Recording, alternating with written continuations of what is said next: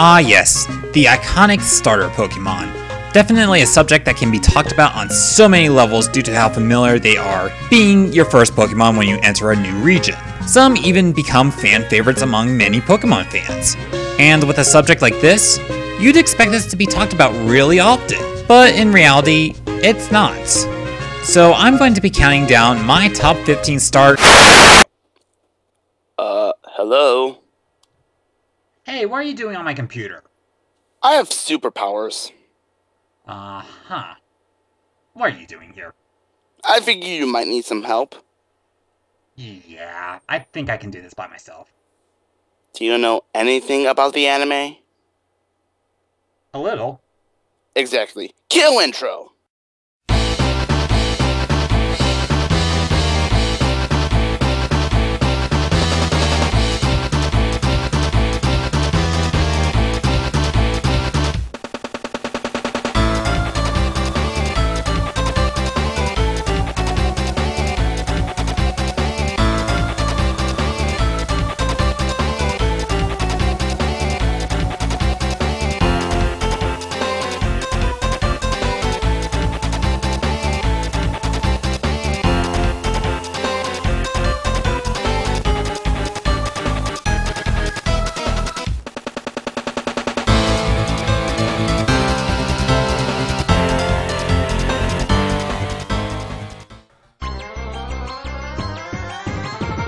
So not alone, but I'm counting down top 15 starters. I do realize that on the topic of starter Pokemon, things do get a little touchy. So keep note that we are not promoting hate for any of these Pokemon. We are just telling you how we feel about these starters. So if any of your favorites end up on the bottom of this list, I suggest taking it by a grain of salt and moving on. Or just simply make your own list on this subject. But we'll be judging these Pokemon based on how well they perform in the region, how well they do in post-game, their characters in the anime, and whatever else we feel like. While we may focus mainly on one member of an evolutionary line, we're taking all of the members into account when we judge them. Also, we're not counting starters for spin-offs or Pokemon Yellow. Yes, Eevee and Pikachu are cool and all, but for this list, we are counting only the starter that you get in the other main games. Lastly, Chespin, Fennekin, and Froakie won't be on this list since at the time of writing, Gen 6 hasn't been released anywhere, so it'll definitely be too early to judge them if we did. And we won't. Unless Fennekin becomes another fighting Pokemon. Canon for the release. So with that, let's get started.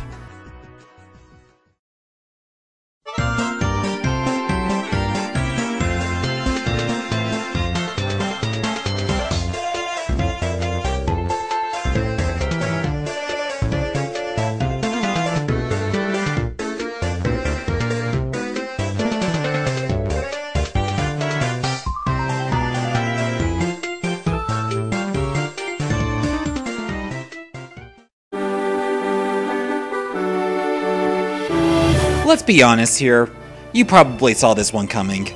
Yes, Totodile is our least favorite starter Pokemon. If you saw my top 5 overrated and underrated Pokemon list, you would probably know about the issues I have with Feraligatr.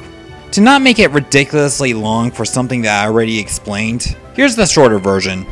It's ultimately the least useful Pokemon in your Johto journeys. Any usefulness it has will be at a point where you have access to other Pokemon who can be just as useful, if not more. Morty? There's Togepi to counter Gengar. Blaine? Practically any water type will do. Hell, he's surrounded by water. Price? Face it, any starter can work against Piloswine with their stab. So the Totodile line is nothing special. Speaking of which, the line shares too many attack similarities with Gyarados. They're both primarily physical attackers. Gyarados can pretty much do anything Feraligatr can do, but better. In fact, Feraligatr only tops Gyarados in defense and special attack stats. But here's the thing. First, they both focus on physical attacks, so special attacks are practically worthless. And second, Gyarados has access to Intimidate, which will decrease the opponent's attack, thus doing less damage from the physical end. In the anime, Totodile was Ash's main water Pokemon during his run through Johto. What did he do? Yeah. Despite being Ash's main water type, it only had one real important battle, against Harrison Sneasel during the Silver Conference, but that's mostly because of the little rivalry established earlier. However, despite this should not mean that Totodile automatically sucks. It can still work as a decent sweeper during your journeys. Plus, thanks to the Dream World, it can also have access to Sheer Force, which powers up moves with secondary effects. This won't work during your Johto adventures though, mainly because it wasn't around then, and even now, it's not even available yet. However, this isn't to turn you off of Totodile, just to tell you why we think it's the worst of the starters. Besides, we have Crocodile now.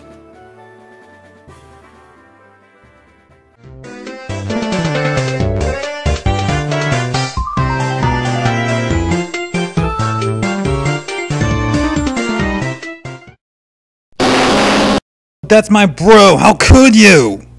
Simple. We think that the other 13 stars are better. But that's not to say that Charmander or any of its evolved forms are bad. Do we think it's overrated? Very much so. However, in spite of that, we still like it. The thing is, it's often claimed to be a great battler. Maybe in your Kanto journeys, but that's it. As a competitive battler, I can't tell you how many people would use it in Ubers, which is a tier specifically designed for broken Pokemon. But Charizard gets solar power, and thanks to Groudon, that's infinite!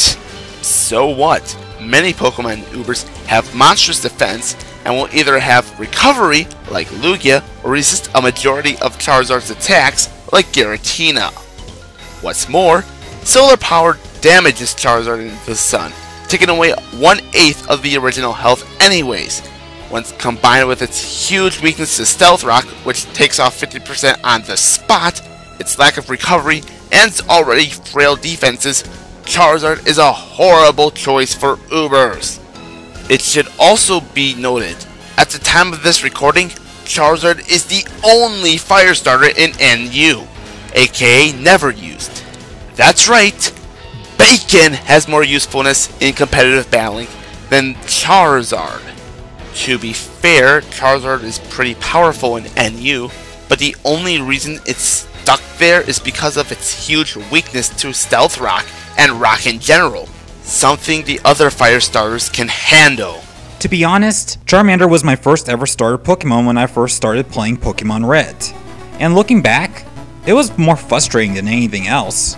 Sure, when it got to Charizard, it was alright, but starting off, it's terrible.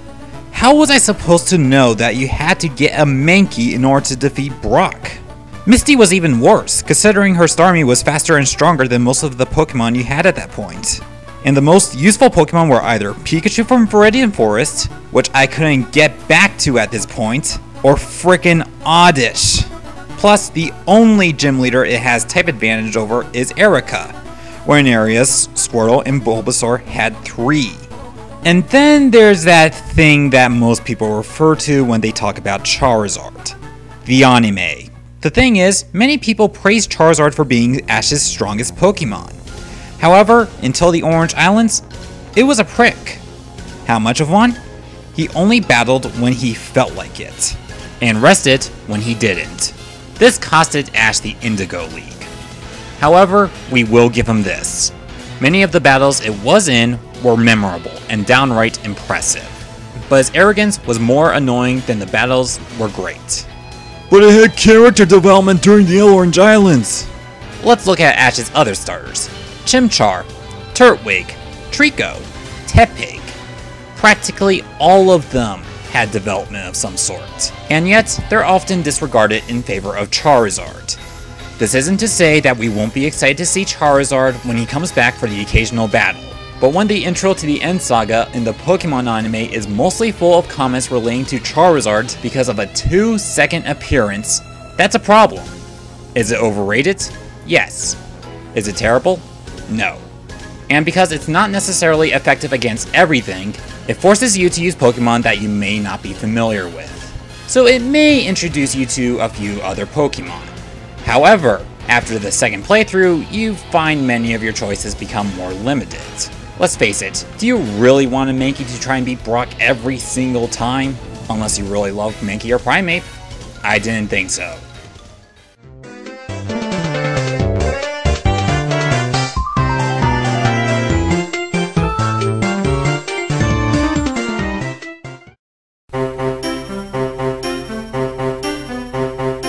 Next, we have one of the newer starters, Turtwig. Now, don't get me wrong, I love Turtwig as much as the next guy, but there are flaws that prevent it from being any higher. The main issue is its terrible speed stat. By that, I mean it has the lowest speed stat of all the starters, and the only way to buff them up is through via Trick Room or Rock Polish.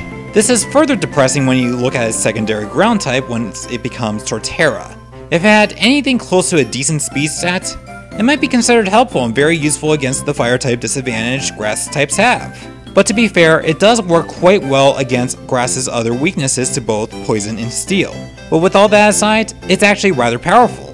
Torterra possesses both high attack stats and has the moves to back it up, like Earthquake, Stone Edge, Crunch, Seed Bomb, and even Superpower. It also has a lot of natural defense with Curse to complement it, which can put your foe at a huge disadvantage with the proper setup. Just get that Trick Room up and you'll have access to instant recover and priority defense up. However, let's also consider the members of this line in the anime. Turtwig was one of Ash's most used Pokemon in Sinnoh and was shown to be really brave. As a Turtwig, it was also rather quick, which is ironic when you consider its already low speed stat in the games, as well as the fact that the nature Brave lowers a Pokemon's speed in the games. Anime physics. Don't you just love them? When it evolved into Grotto, it lost its speed, requiring help from Paul's Torterra, which, while loyal, was far more caring than the actual trainer. This speed drop was eventually remedied when it learned Rock Climb, and eventually it evolved into a Torterra itself. While Torterra was powerful, it never really accomplished anything, and by that, I mean it never KO'd another Pokemon in an important battle. All in all, Turtwig's line is pretty cool. I mean, it starts off as a turtle, and finishes off as a turtle with a continent on its back. That takes 4 times damage to ice! Shut up!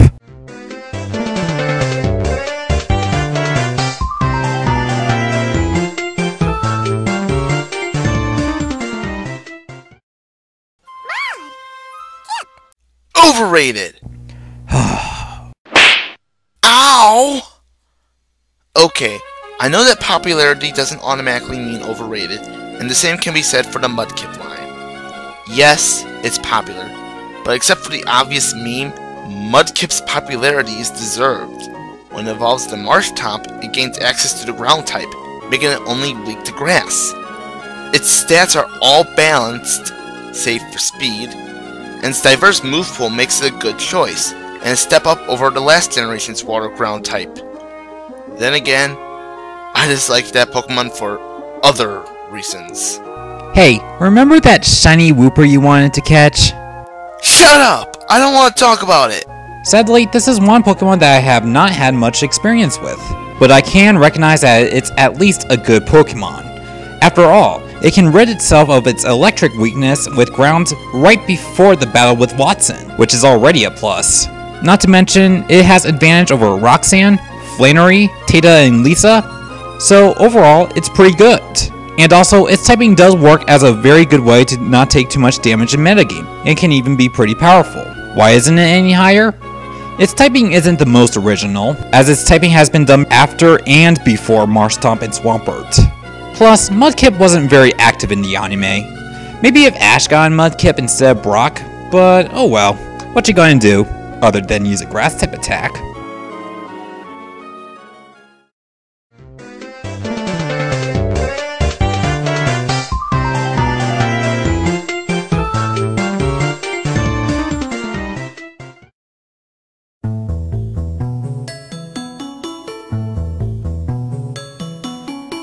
Here it is, the only redeemable factor about Dawn. Her Piplup. Piplup is a penguin. On first glance, you'd expect it to turn into a water-ice Pokemon by its final evolution. But did you expect it to turn into a water-steel? Nope! Not only is this surprise awesome, but the typing is too, as it resists over half the meta game, and takes normal damage from, ironically, fire and grass, while taking super effective damage from electricity, fighting, and ground. While it is rather decent during your adventure in Sonoa, what puts Piplup here is its role in the anime. Piplup is a very stubborn and adamant Pokemon in Dawn's team, and very prideful of itself. It's got a short temper and a huge stomach, and while it likes to be the center of attention, it hates being humiliated.